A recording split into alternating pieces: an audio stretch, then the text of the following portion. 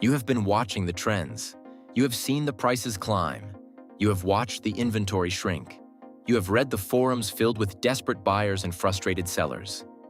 And you have asked yourself a simple question: what comes next? Not for the ATV market, not for the flight schools. For you, for your hangar, for your dream of owning an airplane. The answer is not simple, but it is clear. The next 5 years will reshape general aviation more than the previous 50. And if you are not paying attention, you will be left behind. Let me start with a story that hasn't happened yet. Picture this. It is 2028. You are at a small airport in the Midwest. You walk into a hangar. Inside, there is a 1978 Cessna 172. It is clean. It is well maintained. It has a new engine, new paint, new avionics. The owner is asking $40,000. 5 years ago, that airplane would have sold for $80,000. You are tempted. But then you notice something. The fuel tanks are marked, not with the usual 100LL sticker, with a new one, UL94, unleaded. You ask the owner where you can buy UL94. He points to a drum in the corner. That is the only source within 100 miles. You ask how much? $8 a gallon. You do the math. That is twice what you pay for premium auto gas, 3 times what you used to pay for avgas. You thank the owner, you walk away. You do not buy the airplane, not because it is not beautiful, because you cannot afford to feed it. That is the future, not the end of flying, but the end of cheap flying, the end of convenient flying, the end of flying for normal people. The airplanes will still be there. The pilots will still be there. But the infrastructure will be crumbling. The fuel will be scarce and expensive. The mechanics will be few and far between. The airports will be closing. The airspace will be restricted. The regulations will be tighter. The insurance will be higher. The costs will be astronomical. And the only people who can afford to fly will be the rich, the corporations, the diehards who will spend anything to stay in the air. The rest of us will watch from the ground. Let me pause here. I want you to think about your own tolerance. How much are you willing to spend to keep flying? $10,000 a year? 20? 50? What is your number? Go to the comments. Tell me. Because the number is different for everyone, but the number is going up for everyone. And at some point, the number will exceed what you are willing or able to pay. That is the day you stop flying. Not because you want to, because the math says no. Now let me talk about the survivors. The airplanes that will still be flying in 2035. The ones that will outlast the chaos. They are not the ones you think. They are not the Cessna 172s. Not the Piper Cherokees. Not the Beechcraft Bonanzas. They are the turboprops. The Pilatus PC-12. The Daher TBM. The Beechcraft King Air. These Burnjet A is not going away. It is used by airlines, by the military, by cargo carriers. The infrastructure is massive. The supply is stable. The price is high but predictable. The turboprops will survive. They will thrive. They will be the workhorses of general aviation. But they cost millions. They are not for you, not for me, not for the average pilot. The other survivors are the light sports, the Aeropract Foxbat, the Pipistrel Virus, the RANS S21. These burn premium autogas. Autogas is everywhere. The price is high but stable.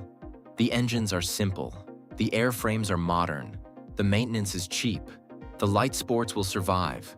They will grow. They will become the new trainers, the new weekend flyers, the new entry point for pilots. But they are small. They are slow. They are not for everyone. They are not for the pilot who needs to carry 4 people and baggage. They are not for the pilot who needs to fly in weather. They are not for the pilot who needs to go fast. They are for the pilot who flies for fun. That is a shrinking demographic. The rest of the fleet will be grounded, not by regulation, by economics.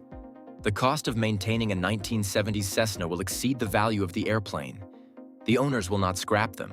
They will just stop flying them. They will park them in hangars, in fields, in backyards. They will tell themselves they will get to it someday. Someday will never come. The airplanes will decay. The tires will go flat. The paint will fade. The engines will corrode. The interiors will mold. They will become skeletons. Memorials to a time when flying was for everyone. That is the future. Not a bang. A whimper, a slow decay, a quiet death. Let me pause again. I want you to think about your own airplane. If you own one, what is its future? Will you be the one to keep it flying? Will you pass it down? Will you sell it? Will you let it rot? Go to the comments. Tell me, because the decision is coming, not in 10 years, in the next 2 or 3. The fuel ban, the ads, the insurance, the mechanics, the economics, they are all converging, and you will have to choose. Fly or park, spend or stop, adapt or abandon. Here is my advice. If you own an airplane that burns 100 LL, you have 3 options. Option 1, convert it to run on unleaded fuel. The conversion is not cheap, it is not simple, it is not guaranteed, but it is possible. New fuel hoses, new fuel tanks, new engine seals, new valves, new spark plugs, maybe new cylinders. The cost could be $10,000 or $20 or $30. But if you love the airplane, if you plan to keep it for years, if you are willing to spend the money, the conversion is the path. Option 2, sell it now. While there are still buyers, while the value is still high, take the money.